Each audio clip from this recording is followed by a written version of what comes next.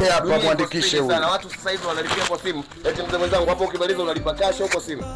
Nilikuwa nimekuja kwa ajili ya kulipa kwa simu lakini kabidi nikatoe. Unaona sasa usitoe hela. Usitoe tena. Unalipia hapa sasa hivi tunamwekea lipa namba. Toa hiyo kulipia sasa hivi.